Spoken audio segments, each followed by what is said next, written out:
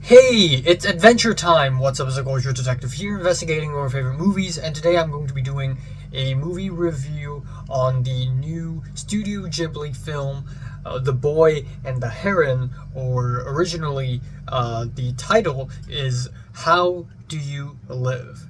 And the Japanese title is Kimi tachi wa do ikiru ka, and is written and directed by legendary director Miyazaki Hayao, or Hayao Miyazaki, who is one of the most important figures in Japanese animation history, and animation history, period. He is the man behind classics such as My Neighbor Totoro, Princess Mononoke, Spirited Away, Howl's Moving Castle. These are the movies a lot of people, including me, grew up with. In the year 2013, he announced that he is going to retire after his final film, which is The Wind Rises. And in order to prep myself for The Boy and the Heron, I decided to watch The Wind Rises a few weeks ago, and it is a really interesting change of pace because, first and foremost, it is not a fantasy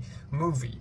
Every other Studio Ghibli film has some sort of element of magic or fantasy, but The Wind Rises is very much a very realistic, grounded biopic. Sure, there are moments of fantasy, but it's always kind of grounded. And second of all, it's very different just in terms of the music, the use of music, and the editing of The Wind Rises is very much not geared towards children. This is more of an adult-oriented anime movie, and it's very interesting. So when Miyazaki announced that he actually is not retiring and he's coming up with a new movie called The Boy and the Heron, released in 2023, 10 years, a whole ass decade after The Wind Rises, everyone's interests are piqued, including mine. So obviously I've been very, very hyped to watch this movie, especially given that the title originally is How Do You Live. Seems like a very serious title for a Studio Ghibli film. They're cooking something good. And so we have The Boy and the Heron. Now, what's special with The Boy and the Heron, aka How Do You Live, is that prior to its premiere in Japan, there isn't a single teaser trailer or trailer. There's a poster, but it very much reveals nothing. There's a heron and the poster, and that's it. And there's nothing, no synopsis, nothing. People are going into the movie completely blind. Now, of course, this is not going to fly in any other countries and any other film industries. Like in America, you have to have a trailer. You have to have a teaser trailer so that people could understand what's going on before they go into the movie. But that's very much not Miyazaki's intention at all. That's why prior to The Boy and the Heron, I avoided trailers. I avoided all the synopses. I avoided the screen caps of the movie as much as I can so that I can go in completely blind. So I finally got to watch it yesterday with 3 friends on IMAX, and yeah, the movie is truly something because it is essentially a movie about a boy whose name is Mahito, who lost his mother in a fire. He finds this mysterious tower, and then insane, fantastical things just happen. And I don't want to spoil any more than that, but essentially that's what happens. And yeah, I don't know why, but I just didn't enjoy the movie as much as I wanted to, and I don't think it's the movie's fault. I think it's just yesterday, given that me and my friends were late. We went into the theaters really late, and we probably missed the first 2 scenes of the movie. And then before getting into the theater, the bouncer of the movie theater checked my ticket, and it is a student ticket because I'm a student. I'm a college student. But turns out, because I'm not a college student in Hong Kong, it's not considered a local college, so the student ticket isn't valid, which means I have to pay 60 more Hong Kong dollars in order to get into the movie theater. And that sort of pissed me off a little bit. So when I was watching the movie, I wasn't in the mood at all. I was just not immersed in the movie at all. Even though it's IMAX, even though it's a big screen, I was just not immersed in the world of The Boy and the Heron at all. And I feel like the first couple of scenes are actually really important. And given that we missed that, the movie felt a lot less sensible. So obviously, this is not really a review. This is more just my thoughts on this movie. I will rewatch this movie the moment I can rewatch this movie, and hopefully I'll feel differently about this movie the second time I watch it. But for now, here are some thoughts that I have. First of all, this movie is really confusing.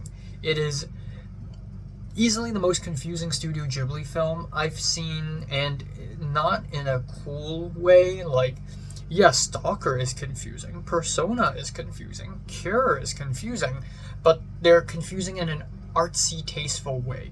And yeah, The Boy and the Heron is also very artistic, but it's also confusing in a way it's almost like it's not supposed to be confusing.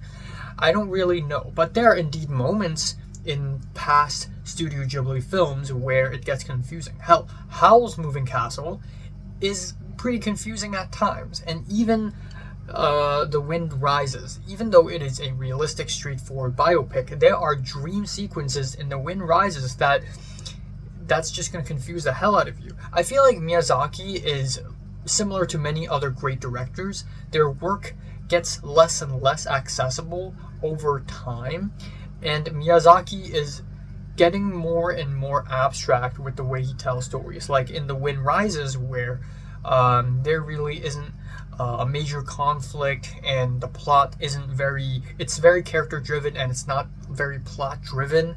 And now we have The Boy and the Heron, and even though there are fantastical elements, the main character is a child and it's cool and full of imagination, but it's even less accessible. It defies the rules of the 3-act structure even harder. And Studio Ghibli historically has never really followed the 3-act structure rule, but in this movie, they defy it even harder. And one YouTube comment really hit the mark for me, and that is, this is essentially Miyazaki's Asteroid City. This is the most Miyazaki film ever. The plot is like the most Miyazaki plot ever. We have a young character who faces a tragedy, and then he enters a magical world.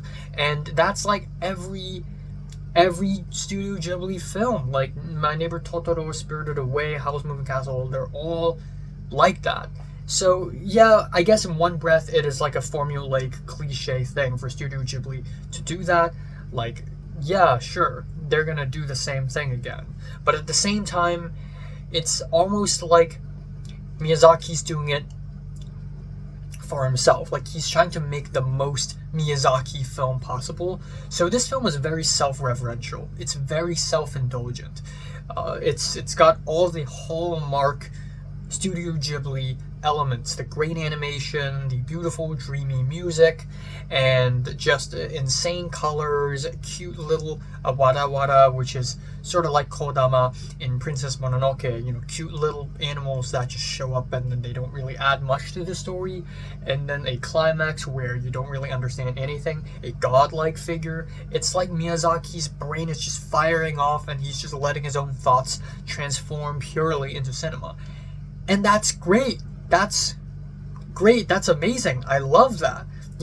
That's part of the reason why Beau is Afraid is such a great film, in my opinion, because that's Ari Aster just letting his thoughts and feelings just explode without holding back. And Miyazaki's doing something similar. It's just that I wish I am sold. I wish I am along on this ride the whole way through.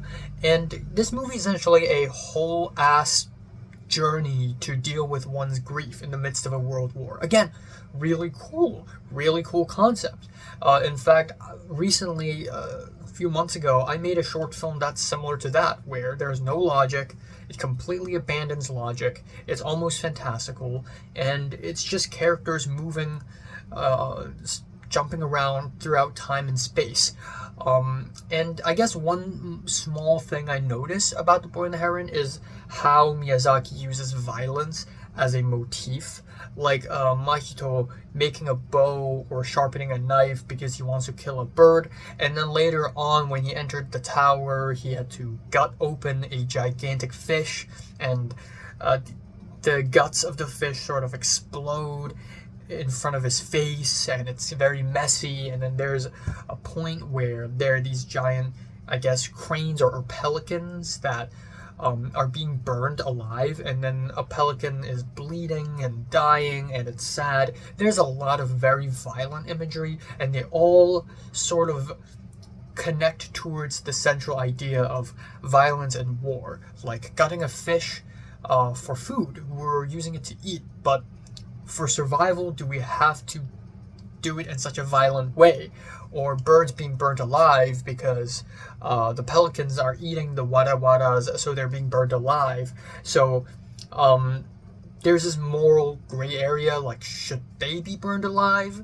Or should they not? Should they suffer like that? Should they not? And it sort of all connects to the idea, like in a war, should civilians suffer just because they're under a particular government? And it asks questions like this, but it's here and there. These motifs, these symbolisms are here and there, and I don't know, I just really want to rewatch this movie so that I can have a stronger, better, more solid opinion on this movie. So yeah, I'm gonna say if I am forced to give this a score, it's like a light 9, but honestly, I'll just put some question marks here because that's exactly my thoughts on this movie right now. It's question marks.